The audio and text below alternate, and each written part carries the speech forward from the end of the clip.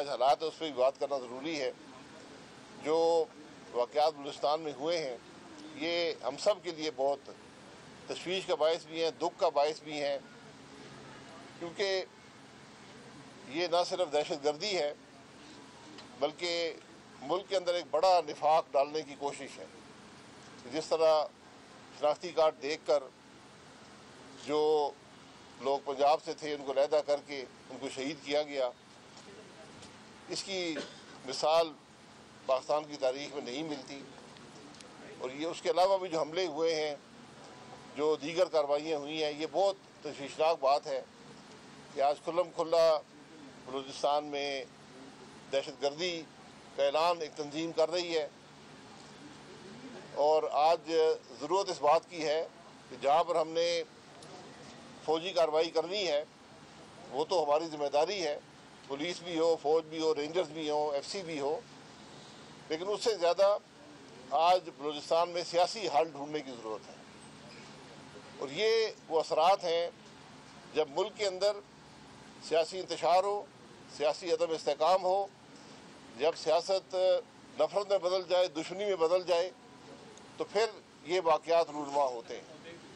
आज ज़रूरत इत्तफाक की है और इत्तेहाद की है कि मुल्क के अंदर सियासी जमातें न सिर्फ जो कुछ बलूचिस्तान में हुआ है बल्कि जो आज पाकिस्तान के अंदर जो हालात हैं इसके अंदर ज़रूरत इस बात की है कि आज सियासी जमातें एक टेबल पर बैठें और मुल्क के मसाइल का हल ढूँढें।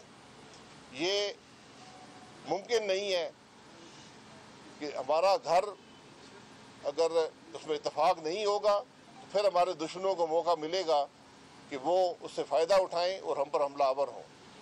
इससे अवाम के अंदर भी तशवीश फैलती है, मुल्क भी कमज़ोर होता है।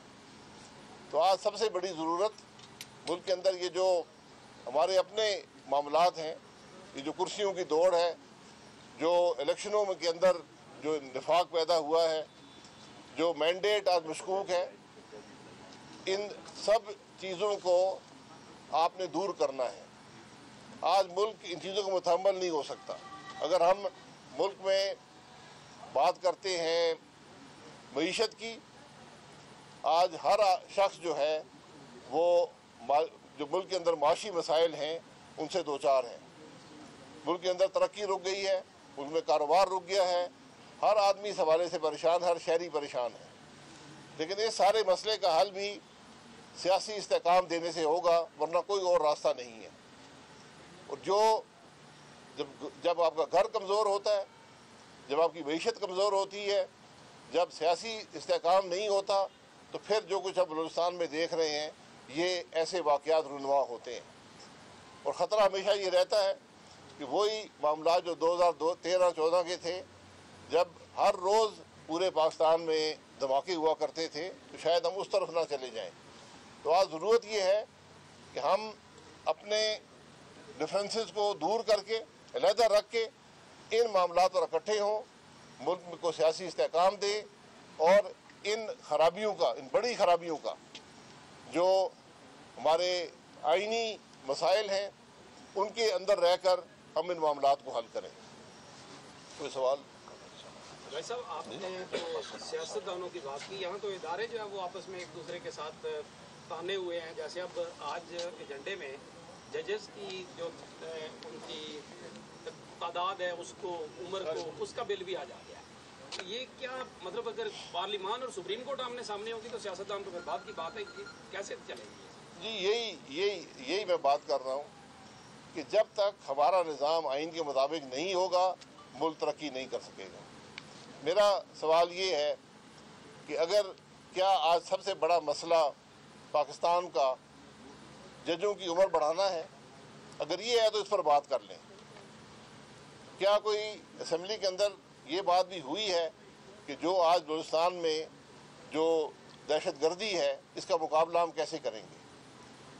ये सिर्फ एक दहशतगर्दी नहीं है, इसकी बुनियाद अगर आप देखें तो वो भी सियासी मसाइल के अंदर है।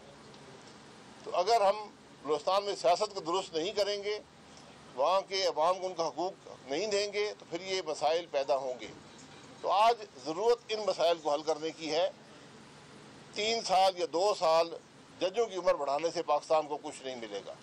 और मैं ये तवक्को करता हूँ जो आज जज बैठे हैं कि वो खुद इस कानून को रद्द करेंगे। ये जब भी आप किसी को ज़ाती तौर पर फ़ायदा पहुँचाना चाहते हैं, इससे हमेशा मुल्क का भी नुकसान होता है, उस शख्स का भी नुकसान होता है और इदारे का भी नुकसान होता है। तो आज कम अज़ कम असूली तो अगर तौर पर खड़े नहीं होंगे इन मामलात पर तो फिर मुल्क आगे तरक्की नहीं करता। आज आपका वाहिद रास्ता आइन का रास्ता है। आइन में अगर रद्द-ओ-बदल की ज़रूरत है तो वो ज़रूर एक कंसेंसस से, एक इत्तेफाक से वो रद्द-ओ-बदल हो, लेकिन ये वो रद्द-ओ-बदल जजों की उम्र बढ़ाने का रद्द-ओ-बदल नहीं होना चाहिए। सर, ऑपरेशन अज़्म इस्तेहकाम के हवाले से काबीना ने आज 20 अरब रुपये की मंजूरी दी है, तो इस ऑपरेशन को आप लोग सपोर्ट करते हैं और सिक्योरिटी के हवाले से क्या आप वाकई समझते हैं कि एक APC कॉल करने की ज़रूरत है? देखिए, जब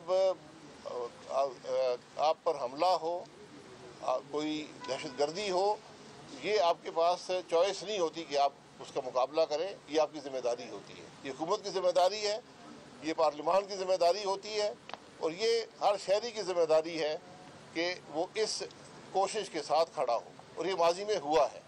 अगर उसके लिए ऑल पार्टीज़ कॉन्फ्रेंस की ज़रूरत है तो वो भी होनी चाहिए। ये हुई थी 2014 के अंदर, ये हुआ था और उससे आपको नताइज मिले थे। लेकिन सबसे पहले आपको सियासी इंतशार को ख़त्म करना है, सियासी अदम इस्तेहकाम को ख़त्म करना है, मुल्क को आइन के रास्ते पर डालना है, वरना ये सब मामलात जो हैं, ये पहले भी हमने जंग लड़ी है, हज़ारों हमने शहादतें दी हैं। आज क्या वजह है कि फिर हम वही जंग लड़ रहे हैं? सबसे बड़ा सवाल ये पैदा होता है। सर, ये बता दें, ये जो वाक़यात थे ये फांसी में भी होते हैं गुलिस्तान में खासतौर पे, और अब देखें दोबारा से नफरत देख के लोगों को मारा जा रहा है और सेक्टेरियन वायलेंस भी बढ़ता जा रहा है। क्या वजूहात समझते हैं? और दूसरा, जो गुलिस्तान के वज़ीर-ए-आला उनका कहना है कि हम अभी बातचीत के लिए तैयार हैं, लेकिन वज़ीर-ए-आज़म कहते हैं कि अब कोई बातचीत नहीं होगी। यहाँ भी तफरीक नज़र आ रही है सूबाई हुकूमत में और वफाकी हुकूमत में, तो इसको कैसे ख़त्म किया जाए? हुकूमतों में आपस की जो है वो एक पॉइंट में नहीं नज़र आ रही। जी बिल्कुल, इस्तेहकाम की ज़रूरत है ना, इत्तेफाक की ज़रूरत है। ये जो वाक़यात हैं ये कुछ ज़्यादा फ़र्क हैं, पहले भी बहुत से वाक़यात हुए हैं इसी किस्म के, ये बहुत अफसोसनाक बात है, उनका मुकाबला भी हुआ है। लेकिन ये जो वाक़या हुआ ये एक बड़ी खुली साजिश है मुल्क के अंदर एक बड़ा निफाक डालने की, सूबों को आपस में टकराने की। इसलिए आज वफाकी हुकूमत और सूबाई हुकूमतों को मिलकर इस खराबी का मुकाबला करना है। भाई साहब, आप तो सियासी डायलॉग की बात कर रहे हैं, लेकिन दूसरी तरफ जो दो बड़ी अपोजिशन जमाते हैं, मौलाना फजल रहमान साहब ने भी और इमरान खान ने भी, दोनों ने कहा कि इनके पास तो इख्तियार ही नहीं है कि हम इनके साथ क्या मुज़ाकरात करें। आप समझते हैं कि इस हुकूमत के साथ मुज़ाकरात जो है वो रिजल्ट ओरिएंटेड हो सकते हैं? देखिए, मुज़ाकरात हुकूमत से नहीं होंगे, मुज़ाकरात सियासी जमातों के दरमियान और जो इस मुल्क में साहिब इक़्तिदार हैं और इख्तियार हैं, जिसमें इस मुल्क की इस्टेब्लिशमेंट भी शामिल है, इस मुल्क की जुडिशरी भी शामिल है। तो आज मैं फिर गुजारिश करूँगा, इस मुल्क का मसला जजों की उम्र नहीं है, उनकी उम्र बढ़ाने का मसला नहीं है। यहाँ बहुत से और मसाइल हैं, पहले उनको तवज्जो दें और फिर अगर ज़रूरत आपको महसूस हुई कि हमने जज की उम्र बढ़ानी है तो ज़रूर बढ़ा लें। लेकिन मैं उम्मीद करता हूँ कि इस मुल्क के जो चीफ जस्टिस हैं, जो सुप्रीम कोर्ट के जज हैं, वो आज खुद इस मामले से अपने आप को अलहदा करेंगे कि ये मामला हमारी ज़ात के लिए भी, हमारे इदारे के लिए भी और मुल्क के लिए भी नुकसानदेह हो।